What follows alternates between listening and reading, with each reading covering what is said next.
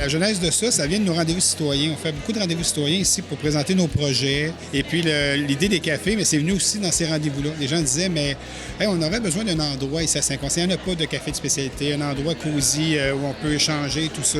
Là, l'idée est venue de dire, mais là, on est des bâtiments à refaire, bibliothèque, complexe aquatique. Pourquoi pas prévoir deux endroits, deux espaces là-dedans pour justement avoir ces fameux cafés-là, ces endroits d'échange-là que les gens demandent. Et puis, donc, l'idée est venue comme ça. Donc, quand on a construit, les endroits ont été faits. Et puis, on est inauguré en 2021. Et là, le but, l'objectif, c'était pas de les opérer, là, ces cafés-là. C'était de trouver un opérateur qui fait des affaires ailleurs. Et puis, on a essayé, mais les gens qu'on rencontrait disaient, mais c'est une bonne idée, on y croit, mais la situation financière ne nous permet pas de réouvrir ailleurs. On a déjà discuté à fonctionner nos commerces où on est. De rouvrir ailleurs en plus, ça demande l'investissement et tout ça. On serait disponible dans quelques années. Et là, nous, 2021, on dit on n'est pas pour attendre avoir des espaces vacants comme ça dans nos nouveaux bâtiments. Donc, on s'est dit pourquoi pas nous les partir des cafés. Donc, on s'est mis à la tâche, tous les employés, les idées, tout ça. On a engagé une personne aussi pour le faire, d'expérience dans le domaine de la restauration. Et puis, on a travaillé fort là-dessus pour en arriver à aujourd'hui, en fait, à ouvrir notre premier café. Donc, je suis très fébrile, je suis très content. Puis, il faut être fier de ça aussi parce que ça sort des sentiers battus aussi. Une ville qui lance son propre café. Puis je sais que c'est un besoin de la population. Les gens vont être contents de venir ici.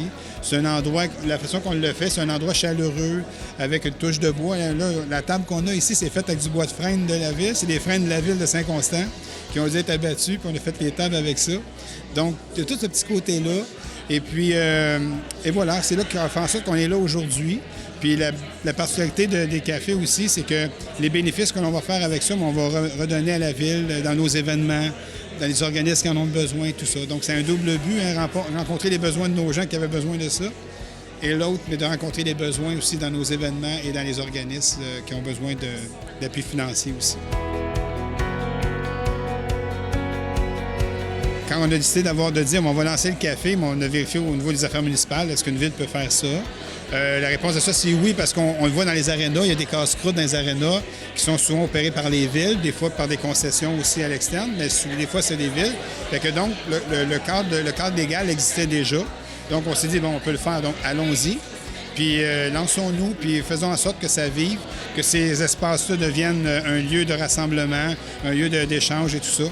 Et puis je suis persuadé que ça va le devenir.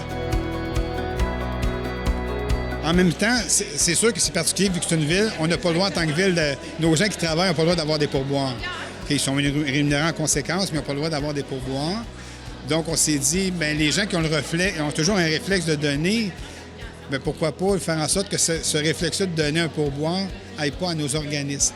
En fait, les gens qui viennent chercher un café, une viennoiserie, un petit repas, une sandwich, une salade, vont pouvoir quand même donner un pourboire, mais ces pourboires-là vont tous aller à nos organismes qui en ont besoin. C'est comme ça que ça va. C'est comme ça que le cadre légal nous permet de le faire. En fait, ça a rapport avec ça aussi, tout à fait.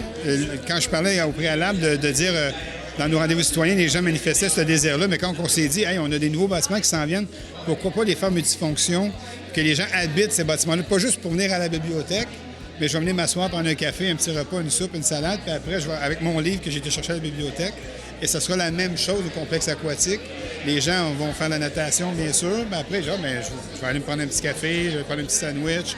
Donc, effectivement, ça l'aide à habiter davantage ces nouveaux lieux qu'on a bâtis pour nos citoyens.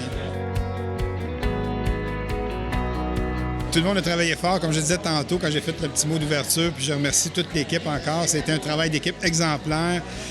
On s'est tous rassemblés derrière ce projet-là, qui est peu commun, comme on le disait, mais ça prend quand même un capitaine pour chapeauter ça, qui a de l'expérience, puis on a trouvé une personne pour le faire, là, que j'ai présenté tantôt, qui est Eddie, en fait, qui est l'ancien propriétaire du Madison à Saint-Constant.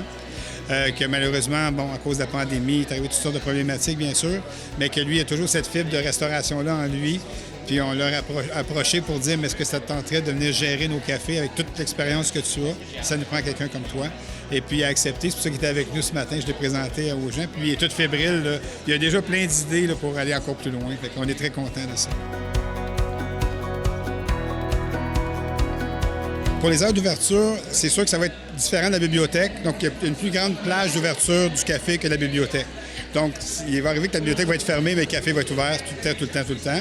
Et puis, quand la bibliothèque est ouverte, c'est sûr que les deux sont ouverts en même temps. Mais il y aura un accès pour le café exclusivement quand la bibliothèque est fermée. Donc, il n'y a pas de problème de ce côté-là. Donc, en fait, c'est prévu comme ça. On a une autre idée sur la rue Sainte-Catherine, parce que là, ici, on est sur le boulevard Montchamp, dans un secteur de la ville. Complexe aquatique, c'est un autre secteur. Puis la rue Sainte-Catherine, de l'autre côté, où est-ce que la gare, c'est un autre gros secteur de Saint-Constant, où il y a le centre municipal, notre grand pôle de base de plein air. On pense peut-être ouvrir quelque chose dans ce coin-là. Tout ça, c'est à développer présentement, mais de refaire un autre petit endroit de café Constant Sud de ce côté-là, où les gens vont pas se retrouver. C'est quelque chose qu'on réfléchit aussi. Ça va dépendre un peu de comment les gens réagissent à celui-ci et celui du complexe aquatique. Puis si on voit le succès, il y a de la grosse croissance là-dedans, mais on va voir si le troisième lieu qu'on pense pourrait prendre place.